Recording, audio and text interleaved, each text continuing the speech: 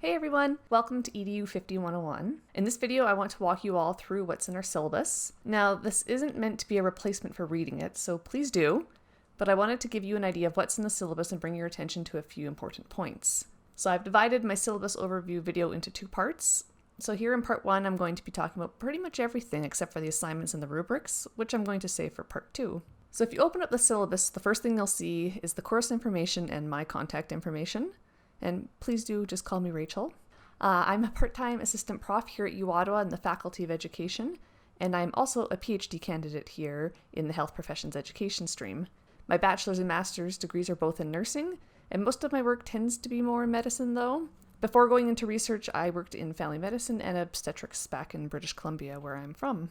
And email is the best way to get a hold of me, but I also have Zoom, Skype, Teams, Discord, a whole bunch of options if you ever want to video conference with me. And please do reach out if you ever want to chat, whether it be questions about the class, assignments, or you just want someone to bounce ideas off of for your final project. So a few important notes about our course. So our course is asynchronous, which means we don't have scheduled class days and times. Any videos like this that I do record will be posted online for you to view at your convenience.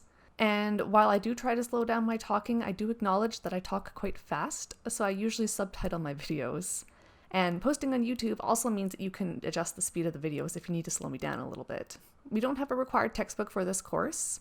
We'll mostly be reading articles and some book chapters. Everything we read will be accessible for free online through the U Ottawa Library. However, I do recommend picking up a copy of the APA manual or bookmarking some good websites on using APA. So on to our course learning objectives.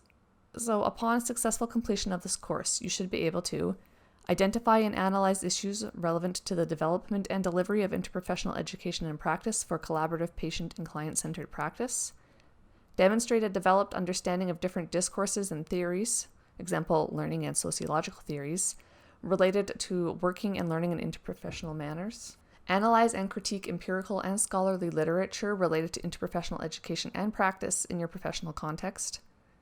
In collaborative multi-literacy circles, interpret, critically analyze, and thoughtfully discuss scholarly literature and other resources, such as websites and videos, related to interprofessional education and practice. And critically reflect on your professional practice and values in relation to current thinking about interprofessional education and practice. So how will we actually do all of this? So a lot of this will be done through group discussions you'll be doing, or the multi-literacy circles, which you'll be reflecting on in a portfolio. And I have another video that will provide a lot more detail on that process. You'll also be writing a commentary in response to an article that we'll be reading. And you'll be doing a culminating project where you'll be exploring an issue of your choosing that's related to interprofessional education, collaboration, or teamwork. And you'll be sharing these projects with your peers in our virtual class conference. But we'll talk more about the assignments later. At the beginning of the syllabus, I also list some of the student support services that are here to help you. Please take some time to review these. Two that I'd like to draw your attention to are librarians and the Indigenous Resource Center. So librarians, so these are the unsung and underutilized heroes of our university. A lot of students don't realize that the librarians are here to help you. And the Faculty of Education even has its own librarian. Check out page 4 of our syllabus for more details. And the Indigenous Resource Center. The Indigenous Resource Center is fantastic. They work with the university and services to develop initiatives that support First Nations, Inuit, and Métis students. And they also have resources and services available for these students. In my experience, they are also very welcoming to non-Indigenous students who want to learn more about Indigenous issues. In my experiences as a learner and as a teacher, I found that they really love seeing Indigenous issues and educational perspectives being integrated into the mainstream core curriculum. And I've consulted with them before on my own projects, and I've also had some of my learners go and consult with them on projects as well. Following this, I share some important policies. And I'm not going to read out all of these, so I do ask that you take a few moments to review them. But there are a few that I would like to highlight. First is attendance. So attendance is compulsory in our faculty, but what does that actually mean in an online asynchronous class? Well, instead of having traditional class, we're going to be doing online activities. So for example, the first couple of weeks is discussions on Brightspace discussion boards, followed by group discussions in your MLC modules. Your participation here is captured in a reflective portfolio you'll be keeping, as well as self and peer evaluations at the end of the process. I can also see your login frequency and whether you've opened discussion posts, so if you're not participating, I have my ways of knowing. Although I usually only look at this if I'm concerned about you. It does feel a bit invasive. Now, I have taken my fair share of online courses too as a student, And so my biggest piece of advice is do not leave your online course until the last day of the module and then just try to blast through everything in one night. You are not going to learn much this way, and neither will your group members, to be realistic, because interactions with your peers is so key to the learning process, especially at this level. Plus, this is just a very stressful approach to completing your master's degree. So I recommend logging in for a few minutes every day if you can, maybe 15 minutes or so at night. For example, you might just pop into your portfolio in the evening, jot down a few notes about your thoughts on the module, and then return to it later when you have more time, such as on the weekend. I've also seen some students add their team members to something like WhatsApp, and then they just message each other throughout the week about the course materials.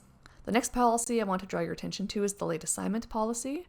So the faculty's policy is to take off 5% per day to a maximum of 10 days, unless documented medical or compassionate grounds are sufficient for the instructor to overlook the late penalty. I really don't like deducting late marks for papers and assignments because I think that assessment, feedback, and grades should all reflect your learning. And I know you're all adults and you're all busy, and sometimes life just happens. So please do email me if you need an extension on anything, even if it's the night before. That being said, I do need to have all of your assignments submitted before I'm required to submit my marks to the faculty, preferably a couple of days before then so I have time to actually assess your assignment. And there are a few ways around this if there are exceptional circumstances, such as an illness. But at that point, we need to talk to the powers that be in the Faculty of Education, so it's not entirely in my hands. But if something does happen to you, just know that this is possible. So in short, if you need some more time on assignments, all you need to do is reach out to me. Next up is accommodation of people with exceptionalities. Please let me know if you need any sort of accommodation, regardless of whether you are registered for accommodations with SAS or not. In the past, a lot of my learners have not been registered with SAS, but still needed accommodations, which I am more than happy to provide so long as it's an accommodation I can reasonably provide. For example, I need SAS for things like Braille, but I don't need it for things like offering closed captioning on videos or giving you extra time on assignments or providing you with video rather than written feedback. And exceptionalities don't just include things like learning disabilities. For example, it also includes medical conditions, mental health such as anxiety, or neurodevelopmental disorders. So please do let me know if there's any way I can support your learning this semester, and I don't require a doctor's note or anything like that. I myself have ADHD, so I know how important accommodations can be. First thing I want to comment on here is academic integrity and fraud. This one can be basically just summarized as please don't plagiarize. If you're unfamiliar with citing things properly in APA, or you're uncertain about what is meant by academic integrity and fraud or plagiarism, please just reach out to me and I can send you some more resources. I've also had students plagiarize in the past because of the pressure to get an assignment done on time. Please don't compromise the academic integrity of your work for the sake of a deadline. Just ask me for an extension even if it's due that night. Now, the next part of the syllabus is the assignments, and we're going to skip that part for now, so please join me back here in part 2 to discuss the assignments, UAuto's grading scale, and the rubrics. On page 17, you can find the course schedule, including the topics we're covering and the assigned readings. So here's our course schedule. I've tried to break up everything to 2-week modules, with the exception being Module 7, which is just a few days to finalize and submit your portfolio assignments if you haven't done so already. You'll notice that Reading Week falls smack in the middle of Module 4, so we'll start Module 4, take a 1-week break, and then resume Module 4 on the Monday following Reading Week. It is inconvenient, but at least we get a Reading Week in the fall semester, because we don't get that over the summer. So our first module has a Part 1 and Part 2. Part 1 is an introductory week where we're going to be getting to know each other, getting familiar with the course, and just getting ourselves generally organized and oriented for the semester. Part 2 is an introduction to interprofessional education and practice. So we're going to talk about key terminology, definitions, and evidence for IPE. In Module 2, we're going to start our multi-literacy circles, our MLC work, where you're going to be working in discussion teams.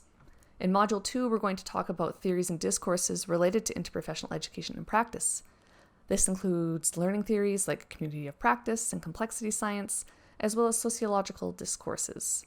In Module 3, we're going to build upon our discussion of theories and discourses to discuss barriers and conflict in interprofessional practice and education. In Module 4, we're going to discuss patient involvement in interprofessional education. And Holly Adam, another PhD candidate in our faculty, is going to be joining us as a guest lecturer that week. In Module 5, our final MLC module, we're going to be talking about approaching teaching and assessment in IPE. So here we're going to talk about considerations for planning IPE activities, such as constructive alignment between our learning objectives, teaching strategies, and assessment, who we should involve in designing and implementing IPE activities, etc. Module 6 is our final module that is a full 2 weeks. In this module, we'll be doing our class conference, where we'll be sharing our final culminating projects with one another.